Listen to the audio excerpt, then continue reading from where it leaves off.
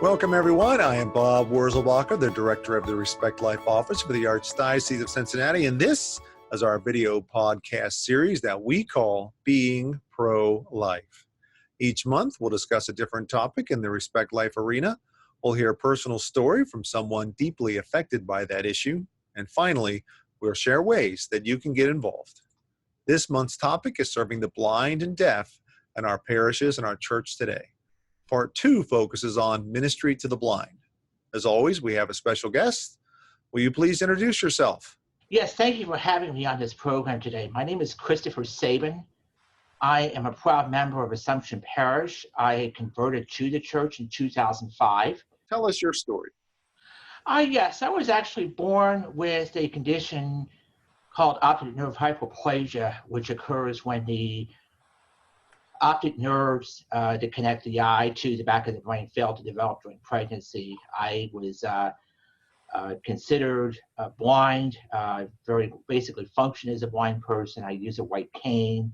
I do read Braille. I also use assistive technology and a number of other adaptive skills on a daily basis. I attended regular education, mainstream schools for grade school and high school.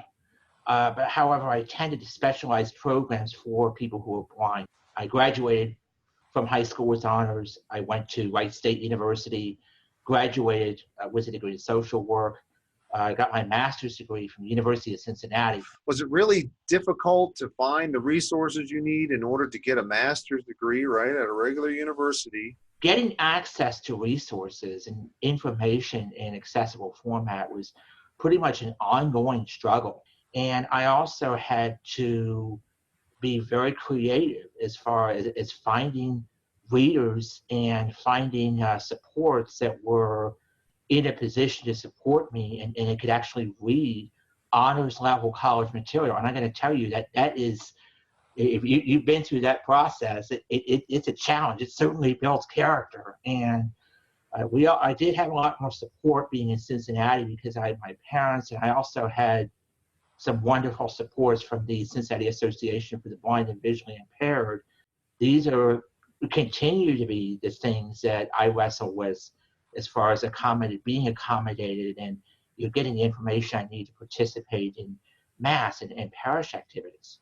What is it like trying to attend Mass? What are the difficulties that a blind person has attending Mass at a typical parish today in your experience?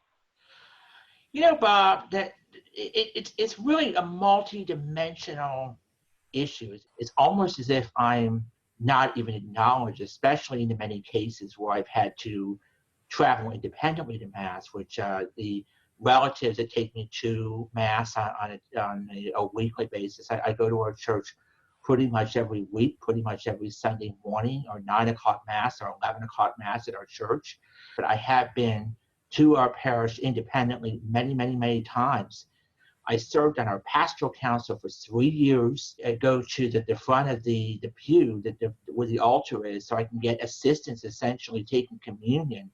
Just when to go up and to get to the altar to receive communion is a challenge that people really don't think of. And I almost feel like I'm a second-class citizen. The information from the hymnals is totally inaccessible. Nobody asks, okay, how are you doing? Nobody asks do you need assistance? And I have to essentially Google what's in our bulletin because the materials that are in print are not going to be accessible. So if I need this information, I have to either call our administrative support, or in some cases, I have to make a special trip to our parish office during the week. So, Chris, this is what I think I'm hearing, right? So you've been at a particular parish for a long time. It's not like you just showed up one week and everybody's surprised. People should be very aware of your presence. You've served on pastoral council in the past. You sit in the front every week. They know you're there. And then it's just common, I'm hearing, to hear similar things like, okay, everyone, if you want to sign up for this, there's pink sheets in the back. Or if you want to do this, fill out the form at the edge of the pew. And no one ever approaches you and says, hey, Chris, would you like me to help you fill out this form? I can fill this out for you if, and you're just on your own to figure out how to get the information you need, because you can't fill out a form. There are different methods for you that you would have to use, and nobody seems to care to make that simple accommodation for you, even though they know you're there. Is that right? Absolutely. And I may also continue that I've only one time, on one occasion, I believe, has someone actually offered to take me to church. Why don't we talk about that specifically? What are some things that we can do as parishioners or as pastors and DREs and parish leaders to be more accommodating to people with visual needs? One of the things that really is just absolutely pivotal is just acknowledge us. When we go into Mass, when we go into church every Sunday, just ask, okay, do you need assistance to communion? Would you like to know what is there on the table in the back of the church, be it the church bulletin, be it opportunities to provide first collection, second collection. I've even had to just sort of be on guard of when we had the gifts over communion. Okay, when do I give my offertory to the person? Sometimes they just pass right by me and they don't even communicate. Just acknowledge me. Okay, do you need any assistance? Do you need maybe transportation or other types of support? I did want to mention that because for a blind person now, especially when who's fairly confident, who's lived as a blind person all their lives, it really what they need is dignity and support and feeling appreciated and feeling welcome. And let's just welcome and accept you for who you are and the gifts that you have, and celebrate with you the life that you have, and make the accommodations necessary to make you feel, welcome and as part of the community. That's all you're asking for, right? Exactly. So, Chris, why don't we make people aware of this brochure that you helped us put together here? Go to www.catholiccincinnati.org. Click on the top Ministries and Offices. That'll take you to this long list. There's many offices, and Respect Life is the office you go to. Once you're there, then right here at the top, that'll take you right to the brochure. There's a little brochure that every parish could use and bring in their parishes. You can now see it on the screen. It says welcoming those with visual impairments. It gives some general tips. Greet them as you would any other visitor. Introduce yourself. Speak directly to the people. Ask if they would like a tour of the facilities. Just to basically be welcome. Ask if they need anything. If there's anything that you expect people to see on the table when you walk in, point out what it is that's on the table. And if it's something people need to fill out, ask if they would like to have that filled out. Make these kinds of accommodations. Ask if they plan to receive the Eucharist, and if so, if they need any help. What could more organizationally should parish leaders do, maybe to educate their parishioners perhaps, or even just to what should they do about their bulletins or whatever to help people who are blind? I think that what parish leaders need to do is they need to be aware of individuals who are facing vision loss, and they need to be making referrals and increase their knowledge base, develop their knowledge base on organizations such as the National Federation of the Blind of Cincinnati. Really, they could help a parishioner adapt to blindness and vision loss. Okay, Chris, you mentioned the Xavier Society for the Blind as something that would be good for parishes to be aware of. So you can find this website at www.xaviersocietyfortheblind.org. And tell us again what it is that you can find on this website for parishes. Well, the Xavier Society for the Blind is the primary resource for materials related to the Catholic faith, and I believe that they also support, and they also have information is specific to other Christian denominations as well, not just Catholic.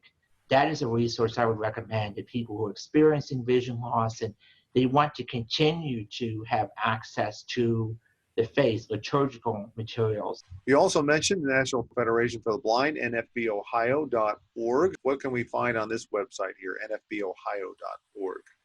The National Federation of the Blind, we consider ourselves the voice of the nation's blind. We have 50,000 members. We are the leading organization advocating for equality and security and opportunity for the blind in the United States. The NFB of Ohio is our Ohio State affiliate. If you go onto the website at nfbohio.org, you will find a quarterly publication called the Buckeye Bulletin. That's sort of the flagship or the heart of what we provide. We also have specialized divisions, such as the Diabetes Action Network, which is specific to individuals who are dealing with diabetes and vision loss, which is actually one of the most common cause of vision loss among the adult population. Do advocacy for blind parents. We do advocacy for guide dog users. We have a specialized division for users of guide dogs. Our Cincinnati chapter meets the fourth Saturday of each month generally, and our meetings are typically held at the Cincinnati Hamilton County Main Branch Library, which is 800 Vine Street. We meet in room 3A, which is on the third floor, one of the meeting rooms. Back on the third floor is a library. And we typically meet between 1:30 and 3:30 on the fourth Saturday of each month. So if anyone would be interested in becoming a member of the National Federation of the Blind of Cincinnati, or ultimately our national organization, that is the way to do that. Attend our meetings and be active and get out there and be part of our community. So we were on the National Federation of the Blind Ohio page, nfbohio.org. If you happen to be on that page, you want to go directly to the national page. If you at the bottom link, Code of Conduct, that takes you to the National Code of Conduct on the national page, which is www.nfb.org. The national page is, it's very comprehensive, first of all. It has access to, of course, our publications. There is general information about blindness, about vision loss. We have a number of podcasts. Our flagship publication is the Braille Monitor, which has information about and for people who are blind and people who advocate for the rights and equality of people who are blind in the United States. Okay, great. And now if you go back to nfbohio.org, and you want to donate to this organization, if you donate to the organization, where does that money go, Chris? If you donate to the organization, that will go to our state affiliate. Basically, any kind of donations that would operate would go to helping people attend our national and state conventions. There are a lot of people, obviously, who are blind who have very limited resources. Are unable to find jobs because the unemployment rate for people who are blind, I believe, is 79%. It's extremely high, and that really gets to some of the issues that we had talked about earlier. There's access to training, access to resources is just not available, particularly in Ohio. So, Chris, the National Federation for the Blind and the Ohio chapter, that's going to help people on both ends, if you will. It's going to help people who have gotten around to continue to get access to information to help them in their daily work, but and also people who are not well employed to help get them access to training and help in order to be more independent. Is that right? Yes, exactly. And we also have a number of other funding programs and other ways to financially contribute to the organization. We have our PAC plan, which basically allows people, if they want to make a monthly donation to the NFB, to our national organization. There's information on our national website, nfb.org, about that. You can also donate vehicles. Yeah, so if you're getting a new car and you want to donate your car, that would be, you could actually do that as well. Okay. So again, go to nfbohio.org and click on Contact Us, and you can call someone and ask the details on how to do that as well. What I hope people get from this podcast, and the point that I want to make, is that we are people with dignity. We are people who are contributing members of society and have all the ability, all the potential as anyone else in our community to contribute to our faith and be active in our parish, just as long as people acknowledge us and understand that we may need some accommodations in certain areas, but as long as people communicate with us, then that's the point that I want to take away. And that is how I think that the main step to helping us become active members of our parishes, and active members of our communities. Great. Thank you so much for bringing that up, Chris. That's exactly why this is one of our topics on our Respect Life arena, because everyone has human dignity. We want everybody who wants to participate in our churches, even if you have a disability, and if you are blind, if you are hearing impaired, whatever it is, we want to try to make everyone feel welcome. And sometimes there are some things we need to do that don't always occur to us that we need to do to help everyone feel welcome. So thank you so much for your time with us today, and I hope you have a great day. And you too, it's been a pleasure. And I want to thank all of our viewers and listeners for tuning in on this episode of our Being Pro-Life series. Head to the website and view all the links talked about in this episode at www.catholiccincinnati.org/being-pro-life. Thank you again for joining us today, and I look forward to being with you next time.